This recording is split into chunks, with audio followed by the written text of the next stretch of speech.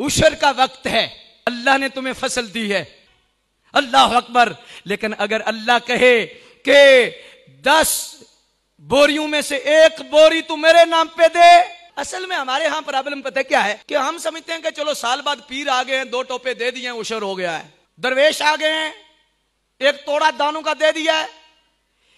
जिस तरह नाप कर, तोल कर, जिस तरह गिन कर ज़कात देना वाजिब है, इस तरह नाप तोल कर 1-1 दाना उशर देना भी वाजिब है।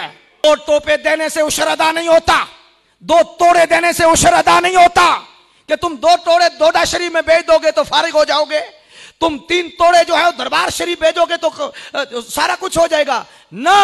तेरी जितनी फसल है उस फसल से जिस तरह ज़कात फर्ज है, इस तरह उशर भी फर्ज है।